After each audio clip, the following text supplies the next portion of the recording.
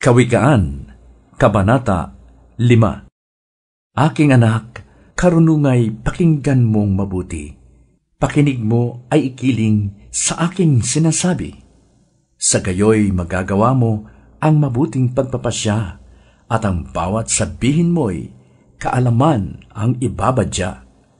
Pagkat labi ng haliparot ay sintamis nitong pulot, at ang kanyang manghalik, kasiyahan nga ang dulot. Ngunit pagkatapos mong magpasasa sa alindog, hapdi, kirot ang kapalit ng kaunti niyang lugod. Ang kanyang mga hakbang ay tungo sa kamatayan, daigdig ng mga patay ang landas na hahantungan. Pagkat di niya siniyasat daang patungo sa buhay, ang daan niya'y liko-liko, ni hindi niya ito nalalaman. Kaya nga, aking anak, sa akin ay makinig, huwag lilimutin salita ng aking bibig. Lumayo ka sa babaeng masama ang pamumuhay, ni huwag kang lalapit sa pinto ng kanyang bahay. Baka dangal mo'y sirain at angkinin pa ng iba, sa kamay ng masasama ay mamatay kang maaga. Ang yaman mo'y uubusin ng taong di mo kilala. Mga pinagpaguran mo, makikinabang ay iba. Kung magkagayon, wakas mo ay anong saklap, walang matitira sa iyo, kundi butot balat.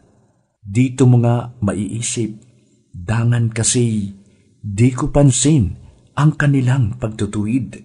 Puso ko ay nagmatigas, sinunod ang aking hilig. Ang tinig ng aking guro ay hindi ko dininig. Sa kanilang katuruan, inilayo ang pakinig. At ngayon ay narito ang abakong kalagayan, isang kahihiyan sa ating lipunan. Ang dapat ay maging tapat sa asawang minamahal, at ang tangi mong pag-ibig iukol sa kanya lamang. Kung ika'y magkaanak sa babaeng di asawa, walang buting idudulot, manapanga ay balisa.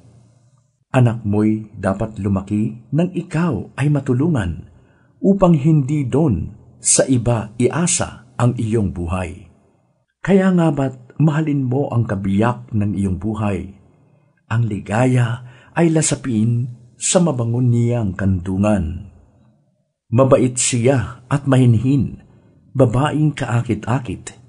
Ligaya mo'y nasa kanya, sa pitak ng kanyang dibdib. Sa ibang babae ay huwag ka sanang paaakit, di huwag mong papansinin, makamandag niyang halik. Ang paningin ni Yahweh sa tao'y di iniaalis, laging nakasubaybay, bawat oras, bawat saglit. Kasamaan ng isang tao ay bitag na nakaumang, siya ang magturusa sa sariling kasalanan. Pagkat walang pagpipigil, siya ay mamamatay, at dahil sa kamangmangan, hantungan niya'y sa libingan.